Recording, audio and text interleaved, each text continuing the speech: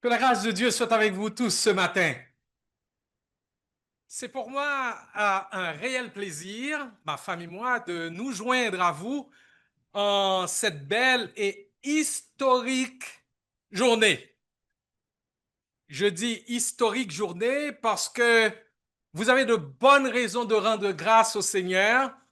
Il n'est pas donné à tout pasteur de vivre ce que pasteur Stéphane est en train de vivre aujourd'hui. Il y a des croyants de nombreuses années de vie chrétienne qui n'ont jamais vu ce que vous êtes en train de vivre aujourd'hui. Un pasteur qui est en train de passer le flambeau à un autre pasteur dans la paix et dans l'unité de l'Église. Et pour ça, vous avez des raisons de rendre grâce au Seigneur. Et ma prière, c'est que par la grâce de Dieu, Luc Joël ait la même joie dans quelques années. Je ne sais pas 17 ans, je ne sais pas. Que le Seigneur lui donne la joie aussi de passer le flambeau à quelqu'un d'autre dans cette même atmosphère d'unité, d'harmonie et de paix. Merci Seigneur. Je partage aussi la joie de Nina, puisque cette, il n'est pas donné non plus à chaque femme, à toute femme de pasteur de vivre ça et d'avoir cette harmonie avec Cornélia. Mais il n'est pas donné non plus à tout couple pastoral de continuer à fréquenter une église où ils ont servi pendant de nombreuses années. Et c'est le cas pour mon frère Albert et ma sœur Margaret, euh, parce que quelquefois, il est même recommandé que les pasteurs quittent l'église qu'ils ont servi. Mais eux autres, ils peuvent encore persévérer sans que ça perturbe la vie de l'église. Gloire au Seigneur. Alors, vous avez de bonnes raisons de rendre grâce au Seigneur pour toutes ces grâces dans la vie de cette communauté. Je dois rendre grâce aussi au Seigneur pour une autre chose, c'est que je vois devant moi une belle illustration d'Apocalypse 7. Vous savez qu'Apocalypse 7, c'est une foule de toute nation, de tout peuple, de toute tribu et de toute langue qui sont devant le trône pour adorer celui qui est assis sur le trône et pour adorer l'agneau. Et c'est ce que je vois devant moi. Et pour cela, je rends grâce au Seigneur de ce que vous êtes déjà une représentation de cette foule nombreuse et que nous avons donc hâte à ce jour où nous verrons notre Dieu, nous verrons l'agneau qui a été immolé avec, je ne sais pas de quelle langue on va chanter, mais certainement le langage de l'amour va être celui qui nous unira dans la présence de notre Dieu et de Jésus-Christ notre Seigneur. Que le Seigneur vous aide à continuer à marcher dans sa paix, dans sa grâce, et qu'il se passe dans cette Église des choses auxquelles on n'a même jamais pensé. Et que si le Seigneur m'accorde la grâce de revenir, je puisse me réjouir avec vous pour tout ce que le Seigneur continuera de faire dans cette Église. Tout le monde sait que c'est un risque de m'inviter à prêcher quand je dois respecter un certain temps. Et tout le monde le sait. Alors, je dis que Dieu me soit en aide. Merci pour la lecture du texte de la prédication qui a été faite en 2 Timothée 4, versets 1 à 8. Et le passage de la prédication est tiré de la conclusion de la dernière lettre de l'apôtre Paul, alors qu'il était bien conscient qu'il lui restait peu de temps à vivre. C'est quelqu'un qui est en train de contempler, de voir le moment du passage de cette vie à l'autre vie arriver. Et ce n'est pas quelqu'un qui est angoissé, qui est stressé. Ce n'est pas quelqu'un qui est en train de compter ses ennemis, ni de nourrir ses rancunes et rancœurs, mais quelqu'un qui est tout à fait euh, dans une certaine sérénité. Et il est bien conscient qu'il est en train, alors qu'il est en train de terminer la course, il est en train de passer, il a passé le flambeau à ce jeune prédicateur qui était loin de lui ressembler, parce que lui était un homme fougueux, dynamique et autres, et Timothée était un homme timide, plutôt réservé, mais en qui l'Esprit de Dieu était. Il savait qu'il pouvait faire confiance à l'Esprit de Dieu pour diriger ce jeune pasteur à Éphèse. Euh, et alors qu'il s'adresse à son fils Timothée, je me suis dit, qu'est-ce qu'un Seigneur peut bien avoir à dire à notre frère Luc Joël euh, en ce jour, après près de 20, plus de 25 ans de ministère en tout, il n'y a rien que je pourrais lui dire qui serait quelque chose de nouveau pour lui. Mais puisque lorsque nous ouvrons la parole, Dieu ouvre sa bouche, Dieu a bien quelque chose à dire à notre frère. Et peut-être parce que je dis à notre frère, vous pouvez dire, ah ben, pasteur, je peux partir parce que c'est pas à moi que vous allez parler. Non, non, je vais vous parler à vous aussi.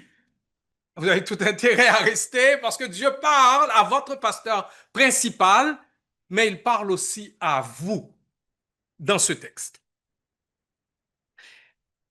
Et dans ce texte, l'apôtre commence en liant le chapitre 3, où il a parlé à Timothée de comment vraiment, dans quel contexte il va exercer son ministère.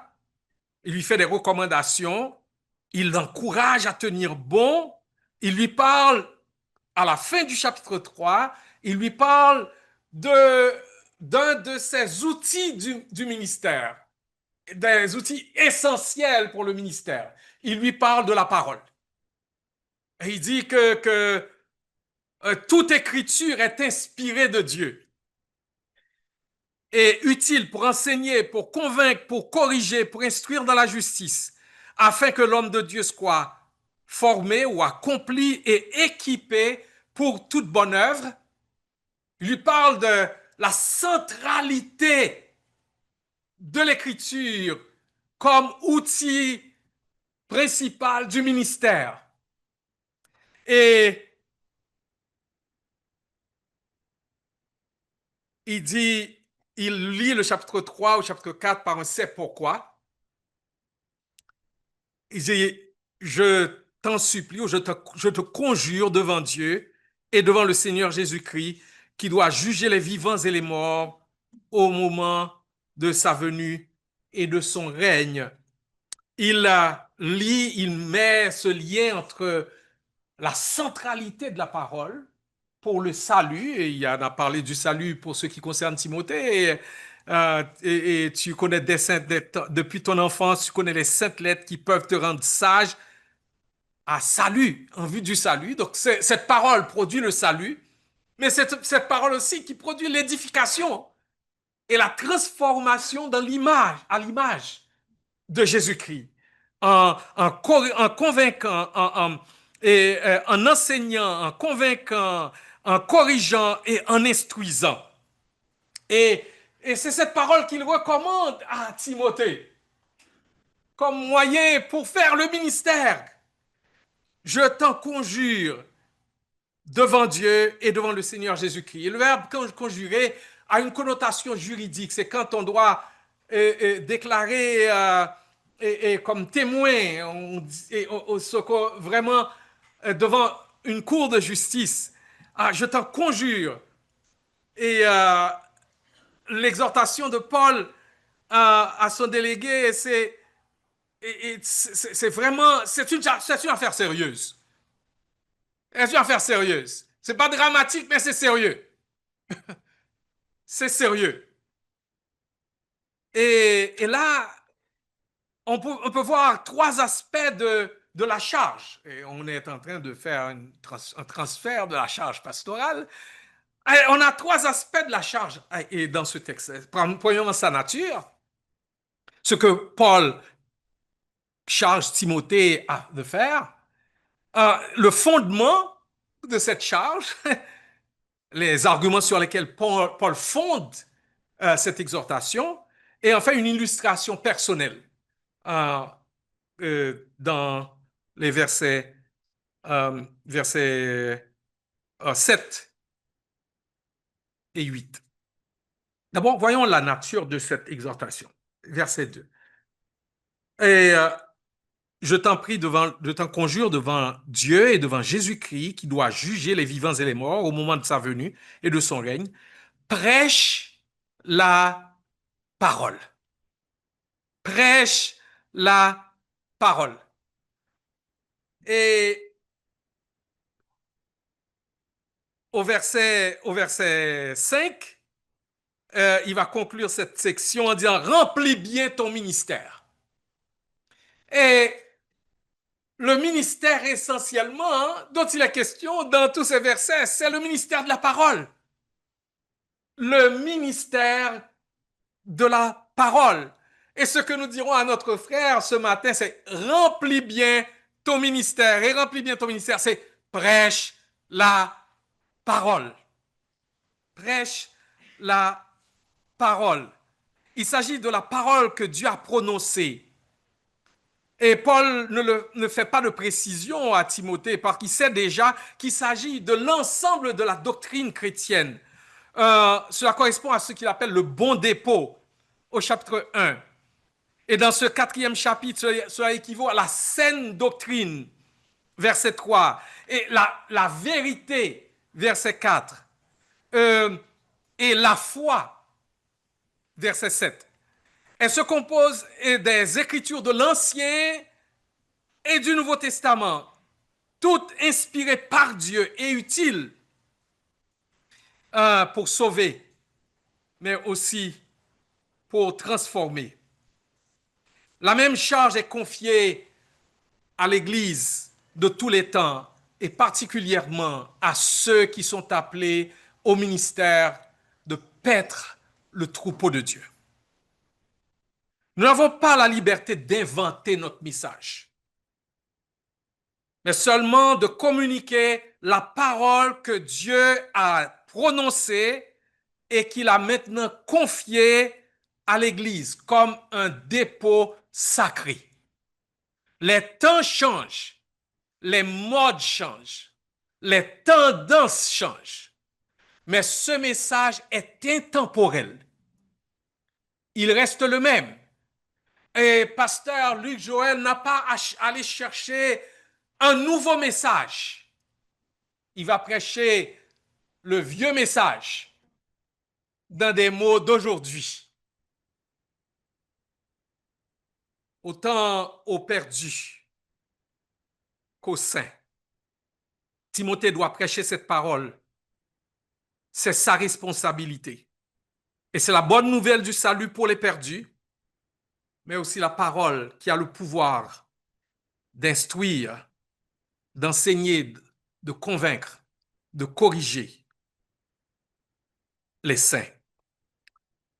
Paul énumère ensuite 4 choses qui doivent caractériser la proclamation. Il y a plusieurs plus que ça, mais je vais y aller assez rapidement. D'abord, une proclamation urgente. Insiste.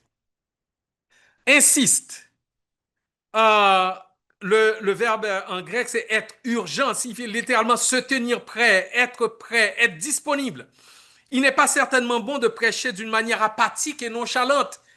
On n'a pas besoin de crier, de sauter, de courir dans la salle, mais il faut que ce soit un message qui est prêché avec conviction. Un message qui est prêché avec conviction.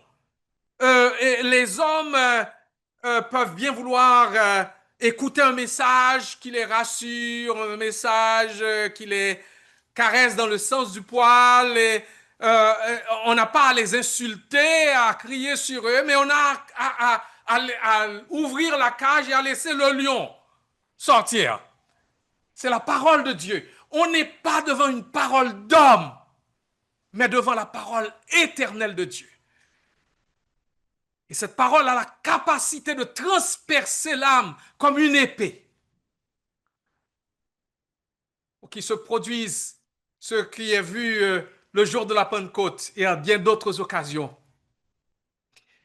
quand nous montons en chair, nous devons être convaincus que nous ne sommes pas en train de venir prêcher la parole d'Oprah, de Dr. Phil ou Dr. Mayou ou bien d'autres pour les mettre à penser ou des influenceurs d'aujourd'hui, mais on vient proclamer la parole du Dieu éternel, la parole de vérité. Oh, les gens peuvent bien s'en moquer, ils auront à en rendre compte au grand jour du jugement, parce qu'il y a question de cela dans le texte.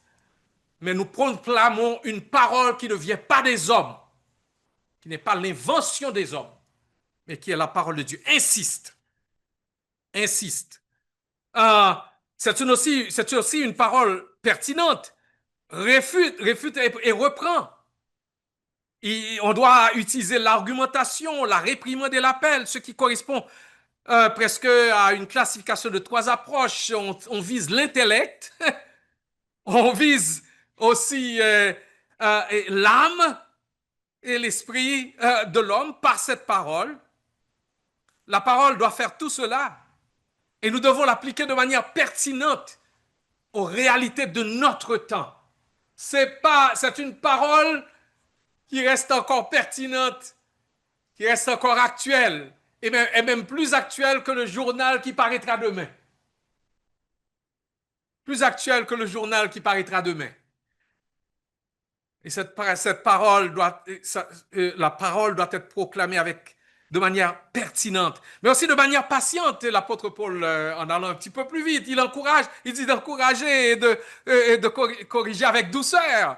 C'est une proclamation patiente, parce que ce n'est on annonce la parole, il y a quelques-uns qui reçoivent la parole tout de suite, comme au jour de la Pentecôte. Hommes frères, que ferons-nous? Oh, tous les prédicateurs aimeraient voir ça. Après avoir prêché, les gens disent, oh frère, que ferons-nous? Mais il y en a d'autres, non, ils ont encore des questions. Et c'est pas mauvais. Ils ont des questions, ils ont des doutes.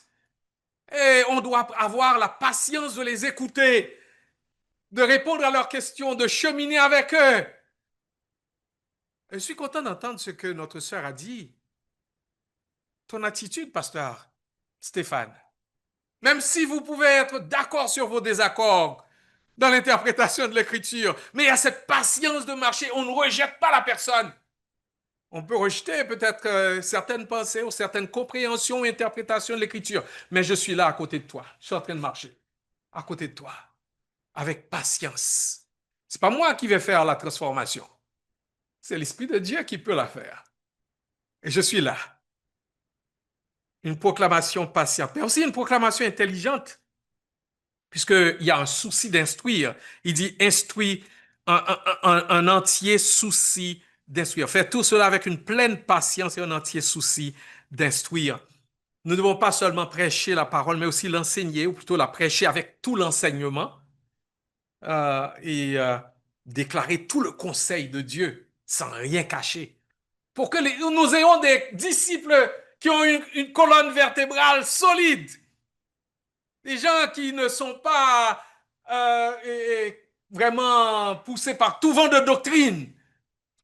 Et Dieu s'attend que votre pasteur prenne le temps de vous enseigner tout le conseil de Dieu, la doctrine. Est-ce que vous êtes là aux études bibliques?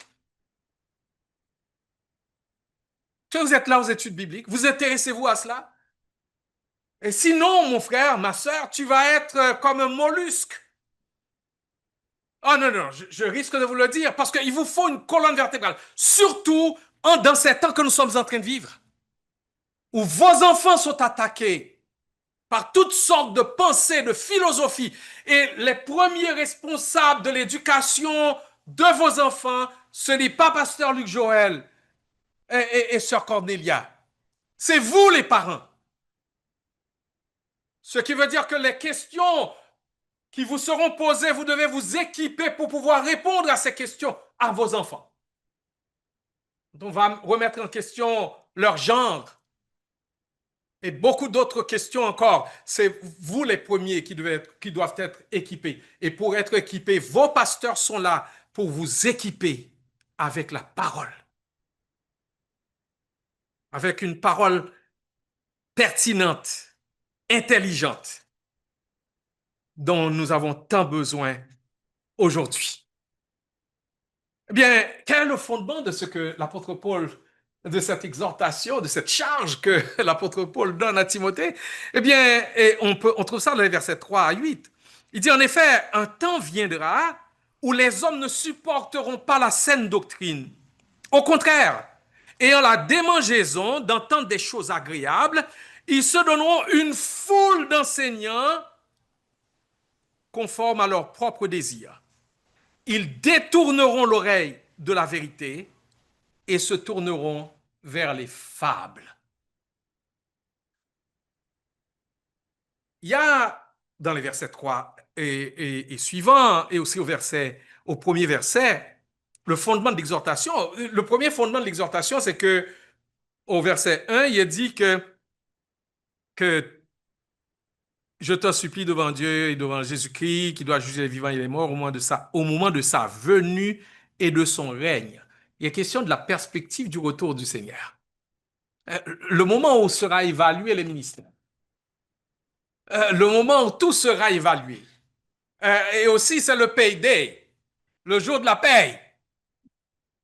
Le moment où seront récompensés nos travaux. Et donc Timothée doit faire ce ministère dans la perspective de ce moment. On peut avoir l'impression par moment qu'on est en train de travailler en vain. Non, non, non, non. Il y a un jour, le jour de la grande évaluation et le jour aussi des récompenses. Et Paul place son exhortation et sa charge dans la perspective du retour de notre Seigneur Jésus-Christ. Mais ce n'est pas seulement cela. Il place ça dans le contexte dans lequel Timothée est en train d'exercer son ministère. Ce n'est pas un contexte facile. Il est à Éphèse, où l'idolâtrie est partout présent. Il est à Éphèse, où il y a le culte de Diane. Il est à Éphèse, une ville cosmopolite, où il y a tant de philosophies qui foisonnent, etc. Et la tentation de vouloir concocter un message qui va plaire aux gens, eh bien, la tentation est très forte. Et l'apôtre Paul parle de la situation d'alors. Il dit que les gens souffriront d'une certaine maladie. Et quelle est cette maladie? Les gens auront la démangeaison, la gratte, une sorte de gratelle, si je peux appeler.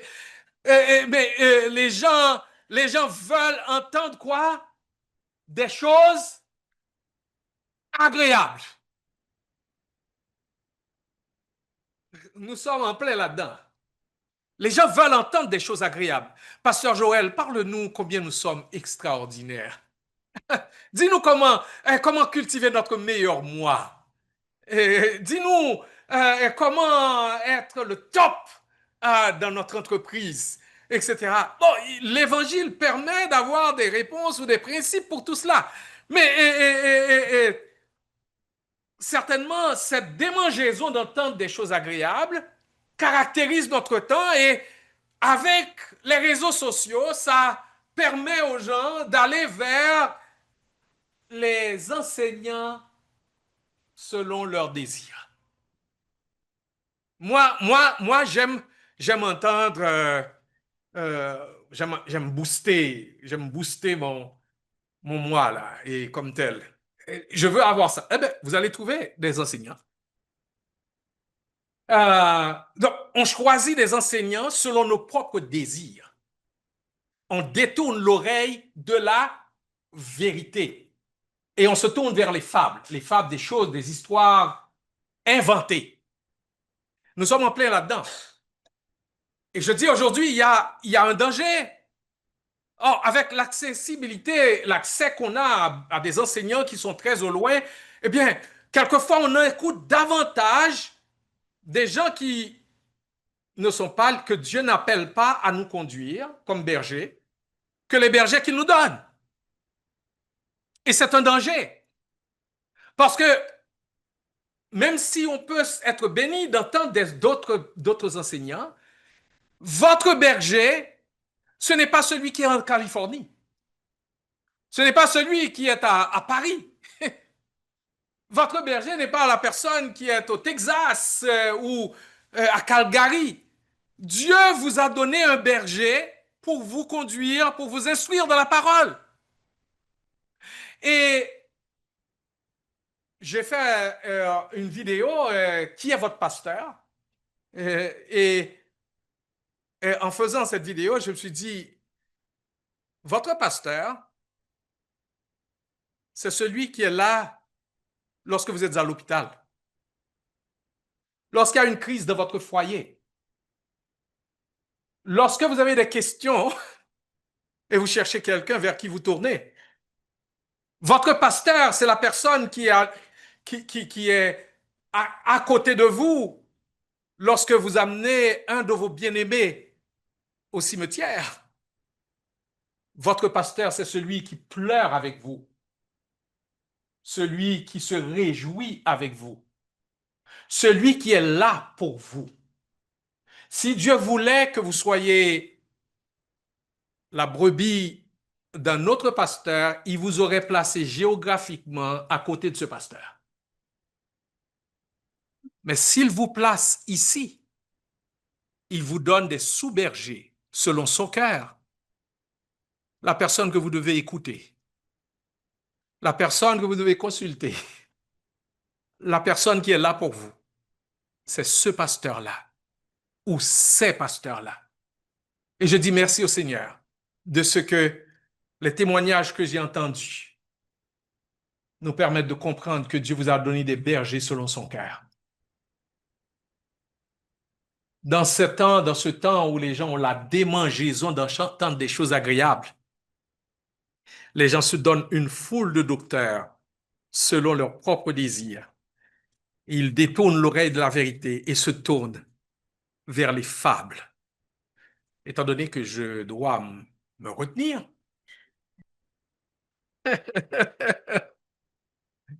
alors ce que Paul dit à Timothée, Timothée soit stable. Alors que les gens vont devenir instables, courant à droite et à gauche, toi, sois stable et proclame la vérité avec courage. Qu'est-ce que le Seigneur veut dire, bien dire à vous autres? Puisqu'il n'a pas parlé seulement à notre frère et qui doit faire ce mystère, mais il va parler aussi à vous qui recevez la parole. Donc il dit, remplis bien ton ministère, prêche la parole, mais en contrepartie, pour vous qui êtes en train d'écouter, reçois la parole. Reçois favorablement la parole. Reçois-la pour ce qu'elle est, comme étant la parole de Dieu. Reçois la parole, médite-la, étudie-la, mémorise-la, écoute-la, lis-la, mets-la en pratique.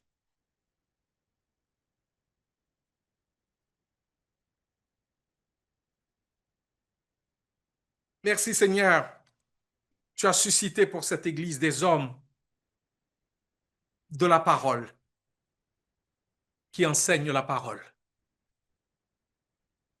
Mais accorde la grâce à chaque disciple de recevoir la parole comme les Thessaloniciens, non pas comme étant la parole de pasteur Luc Joël, de pasteur Stéphane, mais comme étant la parole de Dieu. Lorsque vous recevez cette parole comme étant la parole de Dieu, elle accomplit une œuvre extraordinaire. Elle transforme l'intelligence,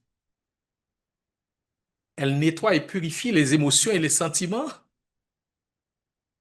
elle libère la volonté pour que tout aille dans le sens de l'obéissance que le Seigneur attend de vous et de moi.